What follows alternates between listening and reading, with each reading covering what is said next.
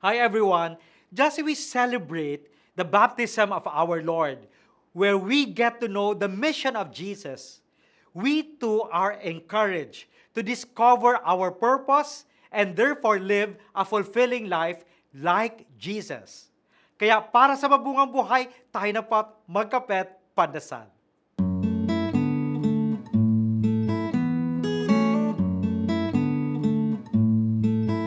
God loves us, and He wants us, of course, to be happy. Just like God believed in our Lord Jesus, we need to believe in ourselves. Knowing who we are and what we're meant to do helps us feel good about ourselves. It guides us when we're lost, it comforts us when we're sad, and therefore inspires us to do good things. So think about your life. Do you know what you want to do? What makes you happy? So let us pray.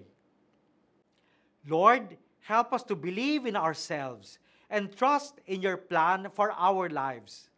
Give us the courage to face challenges and the strength to live a life that honors you. Amen.